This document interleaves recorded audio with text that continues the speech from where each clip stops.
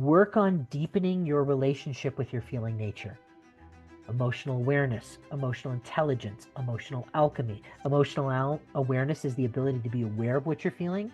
Emotional intelligence is your ability to, once you're aware of what you're feeling and you can feel the direct experience in your body, when you're now intelligently referencing that feeling, that's intelligence. You're articulating the experience that's in your being. You're speaking from your direct experience in your present moment. Most people are speaking from an idea, a concept, or conditioning, and they're not relating to what's embodied. If you want to be an embodied being, you're embodying a feeling and you're responding and articulating through the direct experience that's in your being. That's intelligence. That's emotional intelligence.